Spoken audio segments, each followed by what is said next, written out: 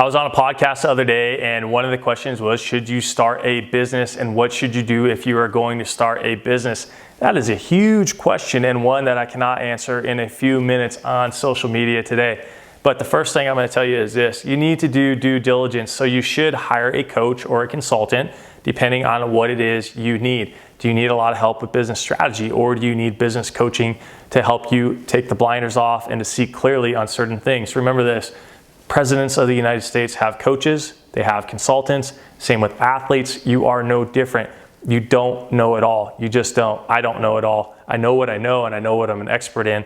And I also have experts who I refer my clients to because they need the best expert advice in certain areas like tax, legal, things like that. So understand, one is being real with yourself. What do you know? What are your strengths?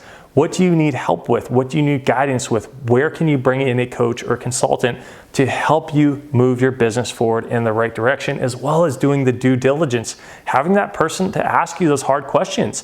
As entrepreneurs, we are always so passionate about, my idea is the best idea. This restaurant is the best idea. This is the only place here that does this or that. Unfortunately, that's not true because the world is being disrupted at an alarmingly rapid rate. So you need to be pragmatic in your assessment of your market, of your opportunities, of your revenue potential, and what it is that you're selling, right? What are you offering to the world? Even if you're a nonprofit, you need to think about what your revenue is. You're competing on grants, you're competing on other things.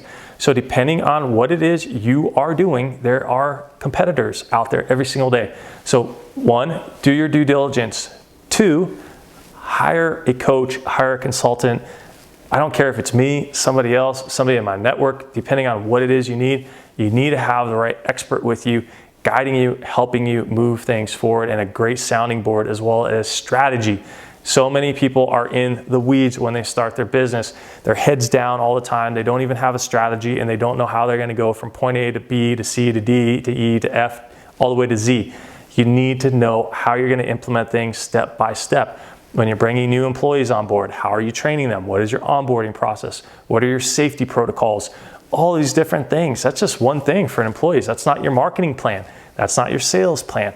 That's not your tax structure. That's not all these different things that go into running a sound business. And if you are going, wow, this is a lot, understand this: 50% of businesses go out in the first 5 years in America.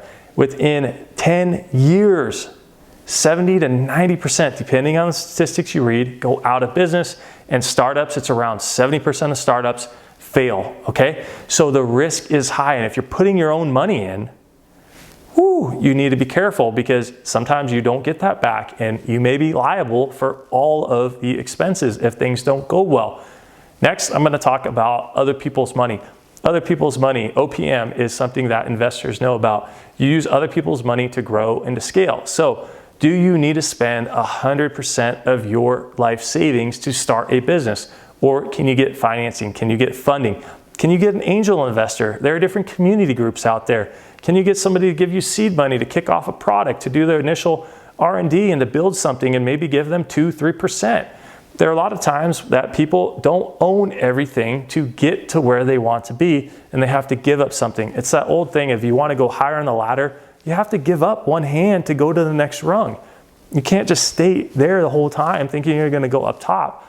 You won't. So understanding the power of other people's money, understanding what investors look for, understanding that there are ways to get financing and funding and angel investments today, crowdfunding. Start thinking about ways that you can reduce your risk as you enter the business, as you enter the market, so that way you are spread out more and you are still stable in your own life. Because the worst thing that you can do is make a business decision and then all of a sudden you are broke, you are bankrupt, you're losing your house, you're losing everything like that. And that happens every single day here in America.